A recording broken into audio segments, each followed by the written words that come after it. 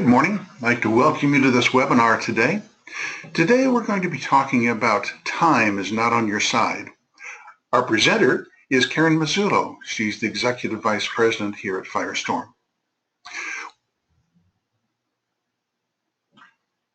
We'd also like to have you become our friend on Facebook. Firestorm Solutions is our Facebook ID. Firestorm Soul on Twitter. There is a hashtag. The hashtag is Crisis Coach. Firestorm empowers you to manage risk and crises. Firestorm expertise is crisis management, critical decision support, crisis communications, crisis public relations, and consequence management. We do want to remind you that the presentation today is not complete without the accompanying oral comments and discussion. In addition, this information should be read in conjunction with advice from your organization's personal counsel. Do not interpret this information as legal advice or legal opinion. The webinar series today is underwritten by our good friends at the Greater Rochester Chamber of Commerce and also the Eastern Great Lakes chapter of the Association of Contingency. Hi. Hi, it's Michael Redmond. How are you? Hi, Dr. Redmond. Glad to have you with us. Sorry, we're a little bit, the sound is a little bit off. We're actually in the middle of an emergency, state of emergency in our area. We had 81-mile-an-hour winds yesterday and such, so there's a lot of damage here, so it's a little bit late to calling in. That's a good excuse. When you have an emergency, you're always excused. Dr. Michael Redmond. Well, I'm on the call. Right. Dr. Redmond, do you have any nice things to say about the Association of Contingency? I do. The Association Continuity Professionals deals with emergency management, such as today. We deal with cybersecurity, information security, business continuity, disaster recovery. What's nice about our chapter is that we allow people from anywhere in the world to become a member and conference call into our chapters. We're also partners with great companies such as Firestorm doing webinars. And we feel that the webinars with Firestorm certainly give our members an added value that the other chapters don't have. We also feel that we do education classes every 2 months. We have great speakers come in and speak on subjects that they're actually doing in their organization. So it's not just learning from a book, but learning what actual companies have had. This is an event they had. This is how they dealt with it. So I encourage everyone to go to our website. You can find us by going to EGLACP, or you can go to ACP chapter for Rochester, New York, and we're Rochester, Syracuse, and Buffalo. So thank you for the opportunity for letting me speak, and I'm really excited about hearing this webinar today. Great. Dr. Michael, do you have any upcoming events that you need to plug here? We do. We have two, actually. We have one coming up this coming Wednesday. For those of you who remember, Xerox has now split into 2 different companies, one of them being Conduit. So the person who was doing business continuity, one of the many people at Xerox, found that when they switched to Conduit, everything had to change because they now had a new company, even though it was divisions. So new opportunities, and they had to bring in other areas within that. So that's going to be an exciting speaker. And then we have somebody from internal audit from M&T Bank who's speaking about how to make internal audit your partners, how to work with them, how to bring them into your cybersecurity, emergency management, business continuity, how to get them to help you decide what planning you should be looking at and what strategies based on controls. Then in September, we have our annual meeting. It's an all-day meeting with breakfast, lunch, and reception included. That is $65 for anyone that's not a member, and it's free for our members. So we encourage everybody to sign up now for September, and we have a discount for people that pre-sign up. So thank you very much for the opportunity to speak, and I don't want to hold you back on the webinar. I know everybody's excited to hear it. Thank you, Dr. Redmond. And go out there and calm the storms and respond. As I mentioned, our presenter today is Karen Masullo. She's our Chief Intelligence Officer at Firestorm, very much involved in the social media monitoring, response, all kinds of good stuff like that. So without further ado, over to you, Karen, please. Thanks, Bill. I'm going to change my title to All Good Stuff Like That. That's like my favorite description so far. Everyone, thank you for joining today. Thank you for taking time out of your day and 80-mile winds as they may be. We appreciate your interest, and we'll try to present you with some compelling information that will help you move forward in your day, your week, your month, and your year. If you have questions throughout the session, I will do my best to get to them if time allows. However, time doesn't usually allow. So I will gather those questions at the end of the session and email a response or escalate your question to someone who can if for some reason I cannot. So if you use the chat feature and go to webinar, we can capture that information. And you can always email us at webinars@firestorm.com. The brilliant Bill Baker, who is our moderator, or myself will acknowledge receipt of that and get back with you as quickly as possible. And of course, you can connect with us in our variety of social channels and also on LinkedIn. There are only 2 Karen Masullos, and one is my cousin. So just look for that picture, and we'll be there to help you.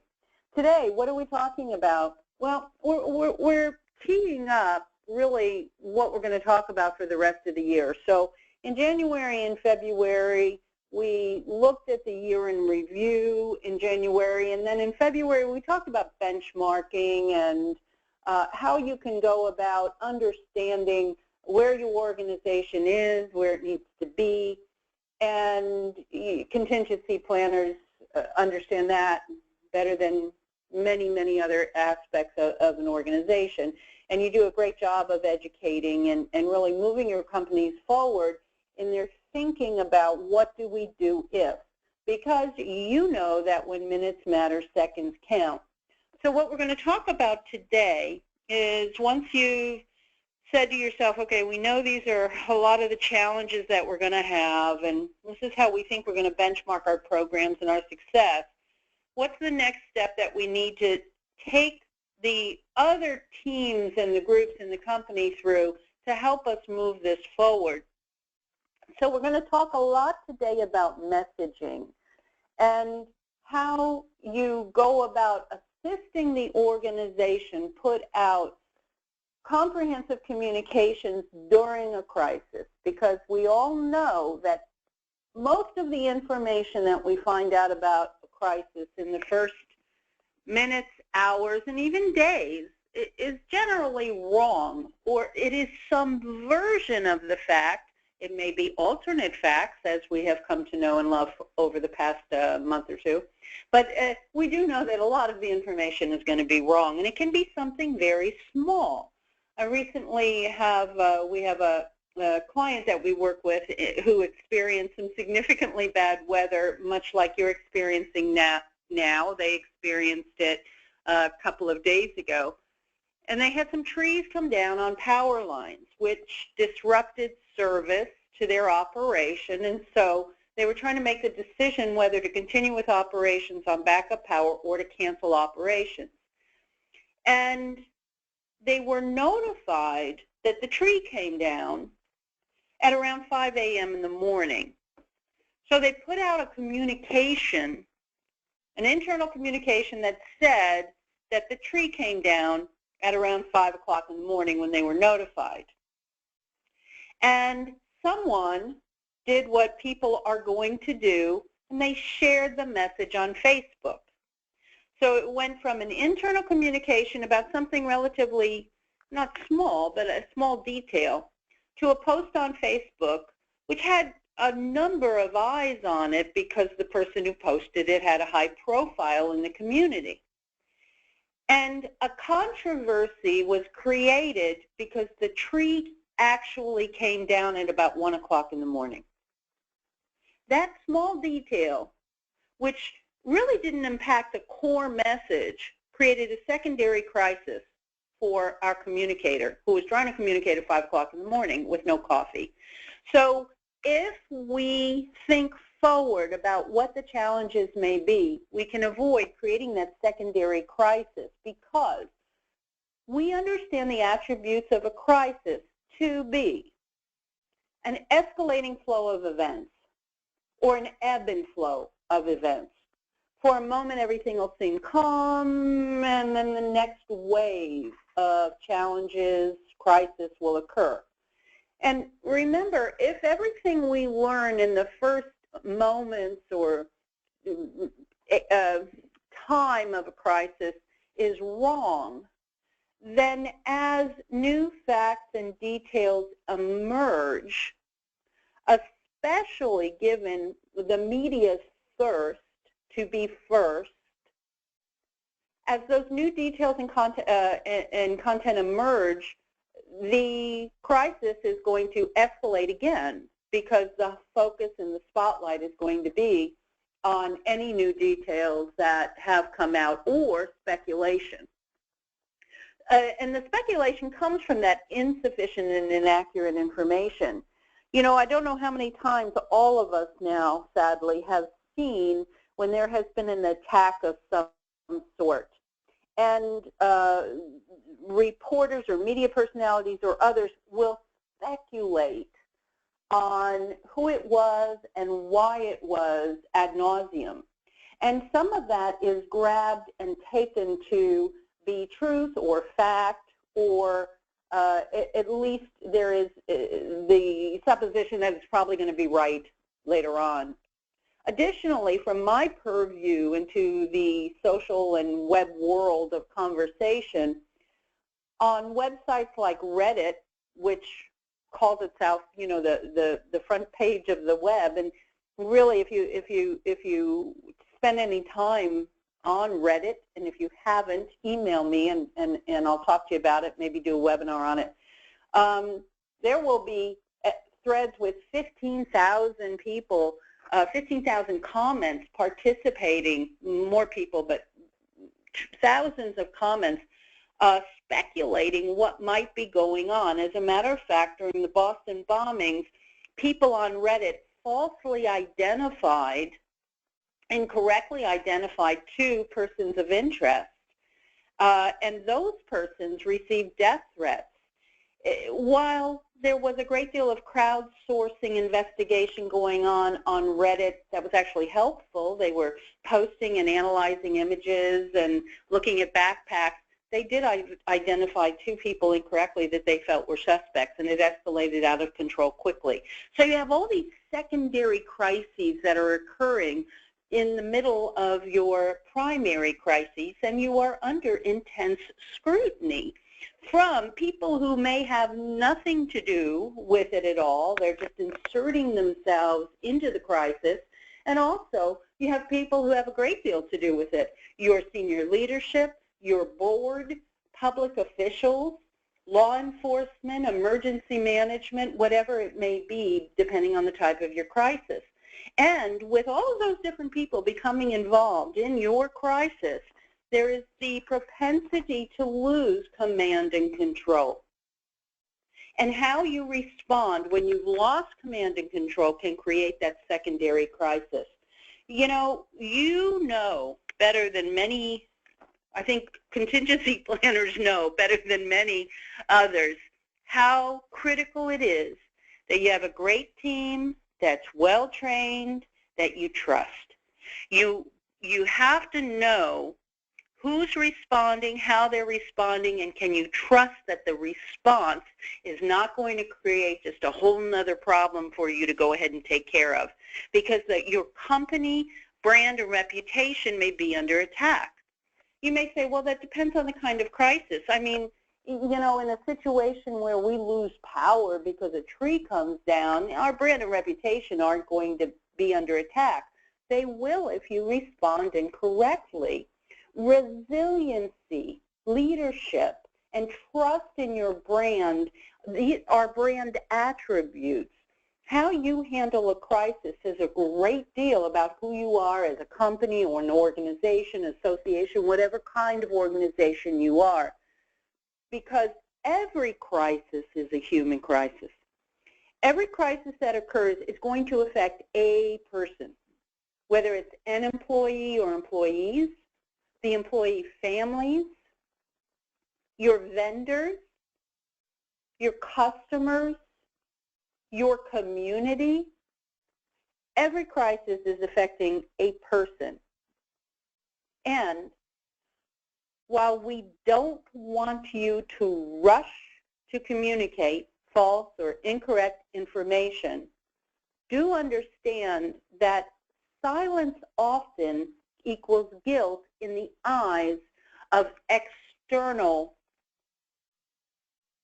pot stirrers who are watching you. Remember, you're under intense scrutiny. And so you're going to be having pressure from people who say, you got to go, you got to talk to the media, you got to get out in front of this. And without correct facts, without the correct spokesperson who is trained to deliver only critical information, you really can create a terrible situation for yourself, your employees, your business, and your community. We understand that during a crisis there are going to be surprises. We want you to be as prepared as you can for everything you can be prepared for, but the very nature of a crisis is oftentimes something is going to happen that we just hadn't expected. So, who's going to be held responsible in a crisis? And this is what we understand our jobs to be. We are responsible for making sure that our senior leadership is protected, and we do that through educating them for all of the contingencies that may happen and how we can go about predicting, planning, and performing to assure that we're ready when something does happen. Now, I've put this up here as a recent headline because there's some humor in this, but there are 2 accountants at PricewaterhouseCoopers that are not going to be allowed back to the Oscars. And that's a pretty strong hit. Now, PwC is capable of taking this kind of a reputational hit, and it was quite embarrassing. It wasn't a company-killing mistake, but it did damage the brand. And if you don't know what I'm talking about, the wrong envelope was given for the Oscars for the most important award of the evening. I don't know. I got to think that somebody somewhere said, what do we do if we ever give the wrong envelope? Would you think that? As you're sitting there, if any of you are joining this session today with teammates, or if you're sitting in a conference room, maybe having some coffee and a muffin, talk to each other about that. Would you guys have thought about that being a possibility? Because it's the only job you have that night. So let's have a contingency plan just in case. Now, this next one, I did not include this to be fallacious, and I want to make that very clear. I included this because we talk to clients all day long, and you do in your own organizations, and someone has invariably said to you at some point in your career, no one here would ever do that. That would never happen here. And I don't think anyone thought at this specific organization that a 61-year-old person who was well trusted and loved would accidentally publicly post an adult video. But she did, because people make mistakes. And sadly, it was done at a time of night where no one was notified, and it went rather viral. It was a devastating thing for this employee, for some other people, and for the organization. But every time we think it'll never happen here, it can't happen here, please be the voice of reason in your organization that says not only can it, but it has. I guarantee if somebody comes up with a crazy scenario, we can find an example of a time when that has happened.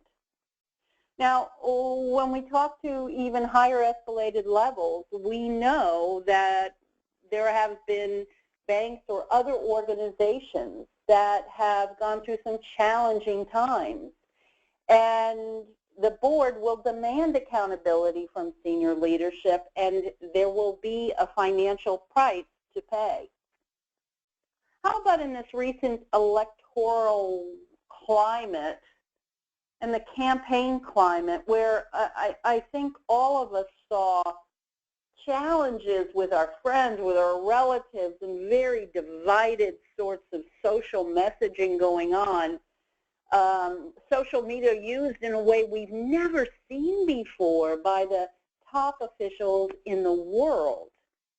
And through that, after the State of the Union address, a gentleman named Dan Grillo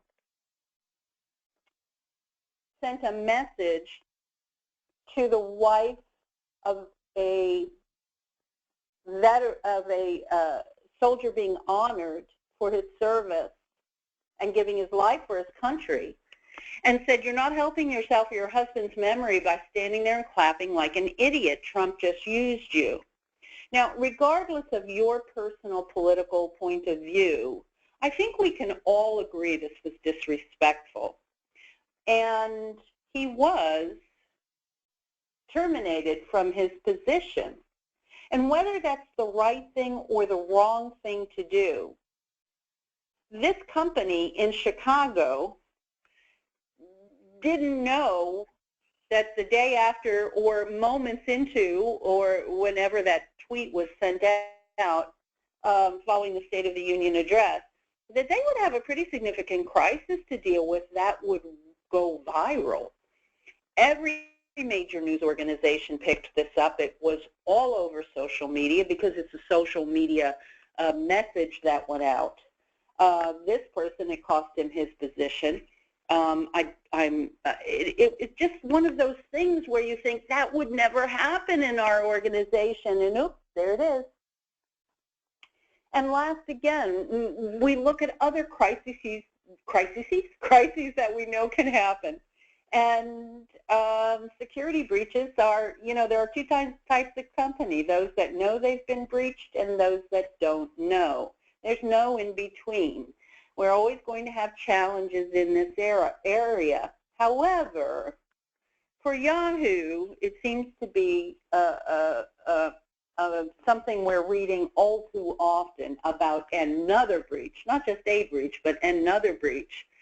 And again, there's a financial price to pay for the senior leadership in bonuses and stock awards. And it's our job to protect our senior leadership in our company and the viability of these organizations continuing.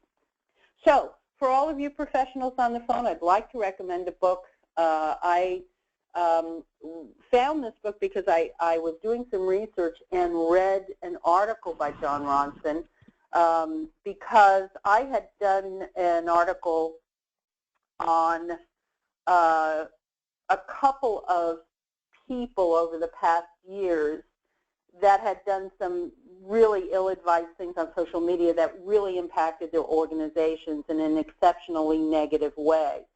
And John Ronson writes about those two cases and many others, and a trend toward public shaming and how it impacts organizations and people. There is everyone sort of, I had a slide once a few years ago of everyone rushing to go see a public fail. There's a great deal of people who just run from one side of the street to the other looking for fails. And that failing now has become shaming. We all have decided that that would never happen to us. Everyone on this call knows it can. I recommend this book if you get an opportunity. It's a good one. So it will open your eyes and open good discussions with your teams. So as we jump into today, we talk about messaging. I just want to show you this brief item I saw from Forbes, 10 leadership blind spots. And it's a really challenging little grid as we look here, because basically what this leadership blind spots from Forbes says is don't trust anything or anyone. And I wonder how many of you on this call today are shaking your heads yes. You all look fabulous, by the way. But we know that not only do you need a backup to your plan, but you need a backup to your backup plan, because that's what you are, your contingency planners. We know that if there's an opportunity for something to fail, it will. And one of the ones we're talking about today is trusting in your ability to control the message. In a crisis, there will be people who will come to you and your communications folks, or your senior leadership, or your CEO, or your CEO's sister or brother or mother is going to say, you need to get out there and talk about this. And it is the wrong thing to do if ill-prepared and no training has existed. How many of us have seen a senior leader of a company stand up in front of reporters with no preparation, because they know their company, they know their products, they know their people, they think, I can wing this, I'm okay, and only to have a press conference backfire significantly and really challenge and hurt their brand. There are so many examples of this. I think the West Virginia water contamination crisis was significant a couple of years back. You had a president of a company standing in front of a bunch of reporters after he had been awake for about 27 hours. His wife had put out one of the great Marie Antoinette comments of all time about how she drank the water and she was fine. And he was standing in front of the cameras with bottled water in his hand. And when he went to leave the presser, one of the reporters said, hey, we're not done with you yet. And he stopped and came back. That's someone who has not been trained. So we want to remember that we really want to help who's ever going to be in front of those cameras and those microphones. And today, with live streaming through Periscope and Fire Talk and Facebook Live and YouNow and every other streaming application out there, that at any given time, you are representing your company and your brand, and somebody is recording it. And we have to train people on the nuance of language, and the only way to do that is to prepare ahead. The difference between the almost right word and the right word is really a large matter. It's the difference between the lightning bug and the lightning. So let's talk about how we can create a time machine for those in our organization who have to communicate.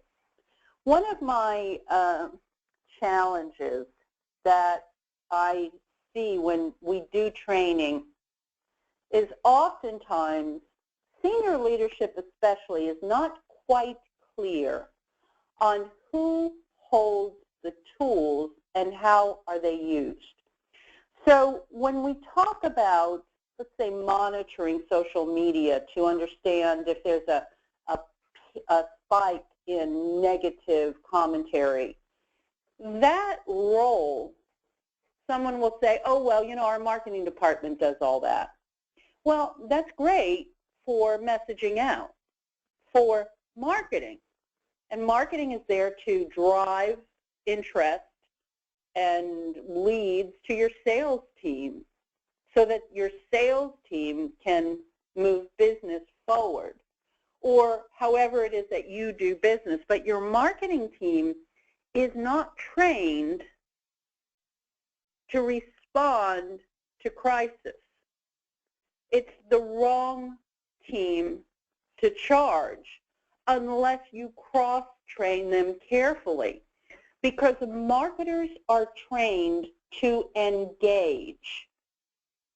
And in the case of a threat or negativity or that whole people rushing from one side of the street to the another to watch you fail, you don't want marketers engaging because it's only going to fan the flames. You need a team that really understands what crisis messaging and response is about. and how to aggregate the data and analyze it so that you can go to your pre-prepared messages and select the right ones in order to assure you can at least have a semblance of control of the message. Otherwise, the message is going to get out of control. And it's not fair to people who are on the front lines of handling those messages, those calls, or that data to have set them up for failure by not training them or cross-training them to be able to respond. We had a situation last year where we have a client and there was a direct threat against a location. And they were alerted of the direct threat by their marketing team, which was good because marketing were rock stars at marketing social media. However, at no time did the organization say, okay, disengage from this data. We're gonna move this over now to our predictive intelligence team or our crisis monitoring team, and they have access to the application, right? And they'll be able to take over the workflow on this crisis, right? Well, no, they didn't have any of that set up. So what happened was, not only did they say, hey, thanks for the information marketing, and keep your eye out for anything else, they didn't give their marketing team next step communication. They just said, keep us alerted if anything else happens. So marketing engaged with the person who was threatening. And because they weren't trained in, A, we don't engage, and if we do, there's a very specific approach that we take, and it's with law enforcement and others that are experts at this. They escalated the anger of the person who was making the threat. That created an exceptionally frightening secondary crisis. When we talk about this, and sometimes we'll make jokes and we try to keep it light because we're training, but every crisis is a human crisis. There are human lives at stake. And how unfair is it to your employees to set them up for not only failure, but for failure in a way that could cause harm or injury to someone? It's just not right. So we must remove the confusion and create a time machine for ourselves, our employees, and those we're training. And we're going to do that by creating well-thought-out, well-constructed message maps, because they are your time machine. Even if you don't use them exactly, even if you don't they're not the exact scenario that happens, the exercise of doing this will allow your teams to start identifying where their strengths are, where their weaknesses are, and it will allow them to start thinking about all of the various challenges and crises that could occur and what the contingency plans and messaging are going to be for those instances. You know, I tell my own team, if you find you have free time, there's something that can fill it. There's always something that we can do. Now, I want you guys to talk. I want you to have a good time at work. I want you to bond with your teammates. But when you find you have free time, grab a teammate for 10 minutes and say, hey, let's do some message maps on an XYZ crisis. Let's get that started. It's a great exercise to do. And if you do it as a habit, by the end of the year, you're going to have a great book of message maps created, whether it's electronically or physical book, that your team can go to when needed in a crisis. Jim Satterfield, our CEO, tells a story that is really poignant. He was working as the CEO of a company when the planes hit the towers on 911. And they gathered everybody into the boardroom and they were trying to figure out what to do. And Jim said, well, you know, we've got to let people know if they want to go home, they should be able to go home. We need them to feel safe. We want them to be with their families. and they need to contact relatives, let's just let everybody know that they're free to go.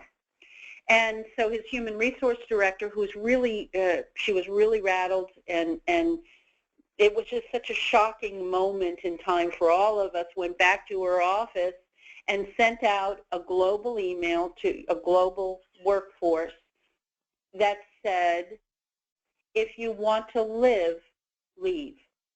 She meant to type, if you want to leave, leave. But we know how this goes, right? And even today, when we have more aggressive spell checking, who knows what that message might have turned into. And when you're not looking and you're not checking, she said send, and she was devastated. Nobody blamed her. She was.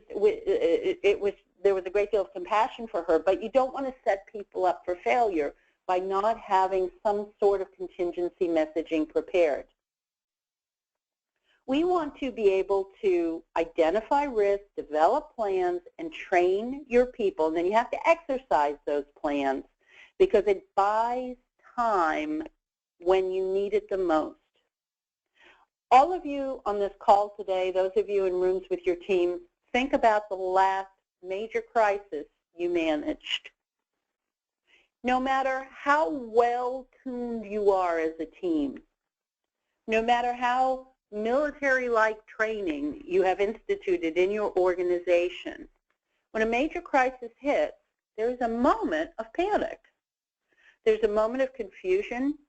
There's a period of chaos. It may just last a second because you're so well trained that you just kick into, let's go ahead and solve this gear. But for those of you with no plans, no training at all, those moments of chaos are painful.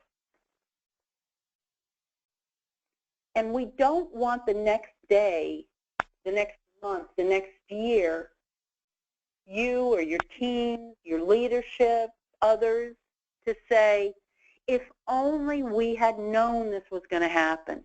If only we could have predicted the outcome. We may not be able to predict the exact outcome, but we can certainly start to anticipate what it might be and create messaging that is directed toward a variety of media. And today, it is easier than ever before to get your message out in an authentic, true, and transparent way. You can control your own Twitter account. You can't if only one person in marketing has a username and password and they're on vacation in Hawaii and nobody else knows how to use the tool. You can monitor what people are saying and your responses and how they're doing, but you can't if only one person has access to the shared application that allows you to send messages out to a variety of social tools and monitor what's going on, but only one person has the keys to that. You have your marketing people, you have your crisis folks, you have your communication folks that all need to be able to share in an application that has a systematic, intelligent workflow built into it so that you can all communicate effectively, internally and externally, and then get real metrics to understand the ebb and flow of the messaging of the crisis.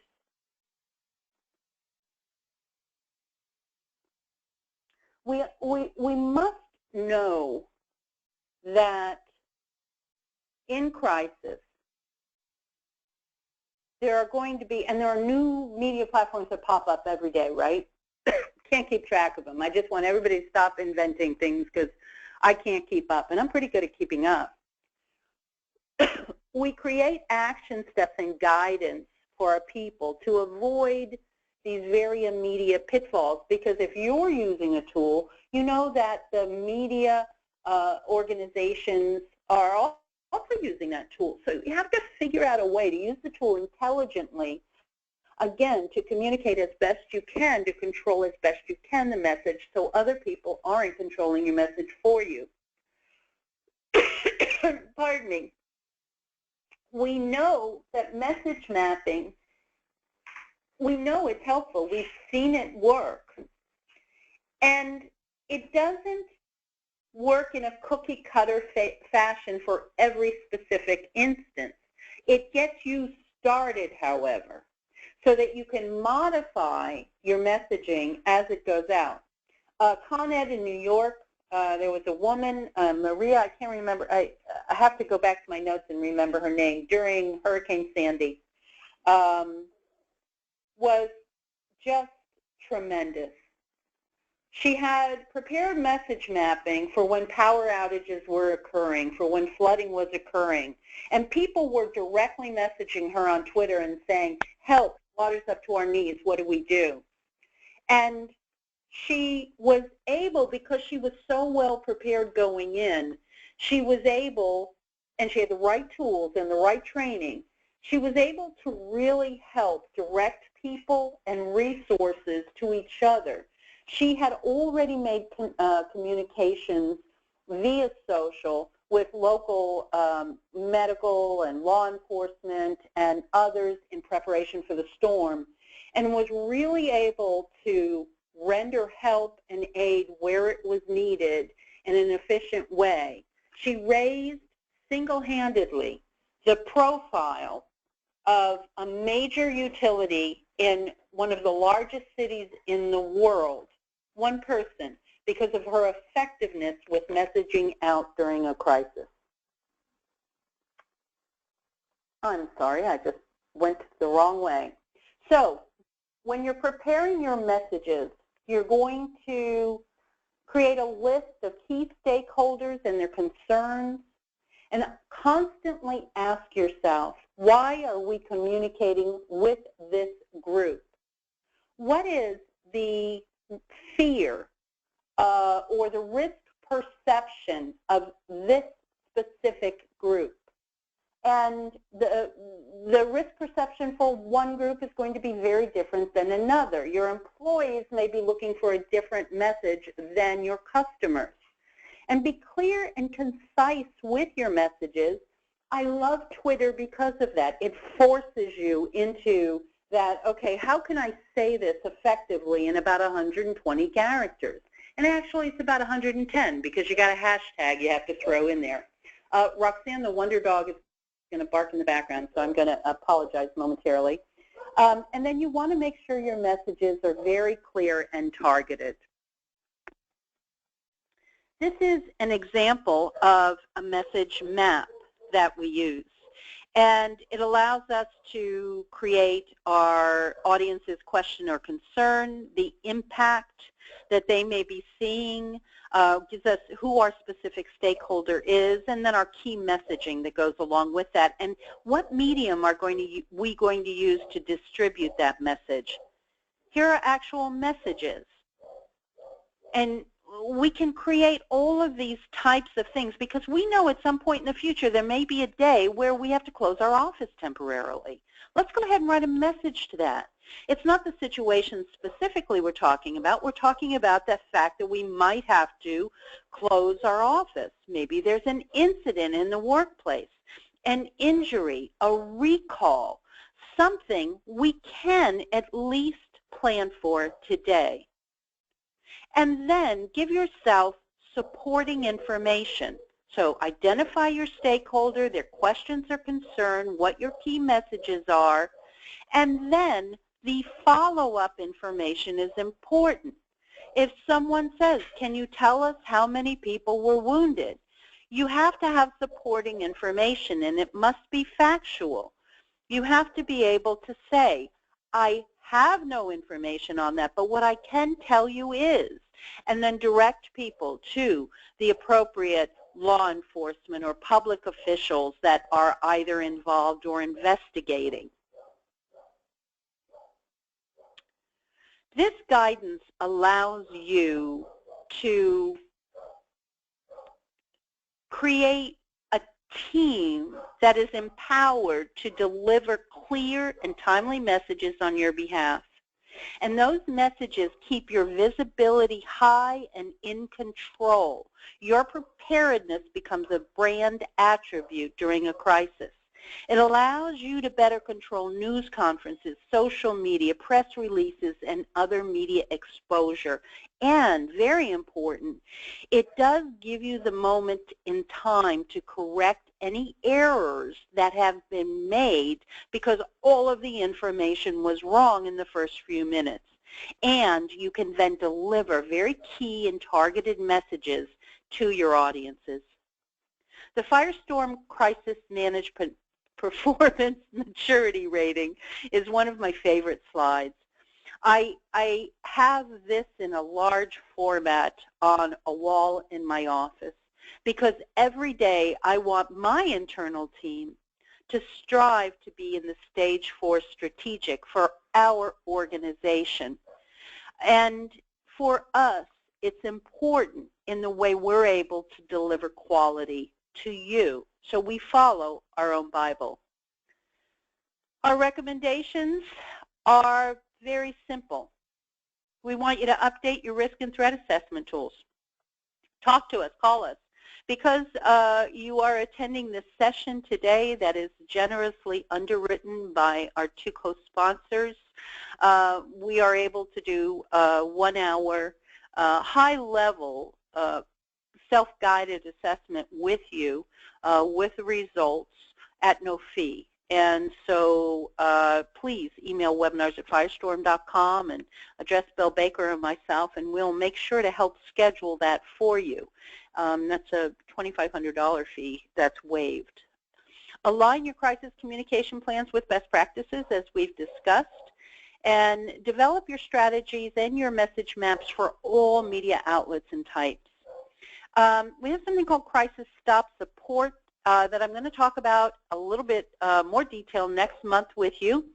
And next month we're going to talk about predictive intelligence, how you actually go about using it, and what the Crisis Stop program is. If you'd like to learn about that early, give me a buzz. And it's important that you also do an analysis of your insurance and your current response plans, and as always, stress test your plans. What next? Within about 24 hours, I hope, we'll have the brief of this session up on our website at firestorm.com/briefs. You can find any recorded webinars and briefs, our disaster due diligence newsletter, and many other resources on the website, and we do hope you visit. Our thanks again to the Greater Rochester Chamber of Commerce and to all of the expert contingency planners that joined us on our call today, and the Association of Contingency Planners in the Great Lakes region.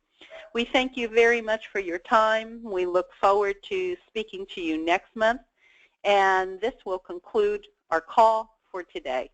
Thanks, and have a great day. Goodbye. Thanks so very much. Bye-bye. Thank you.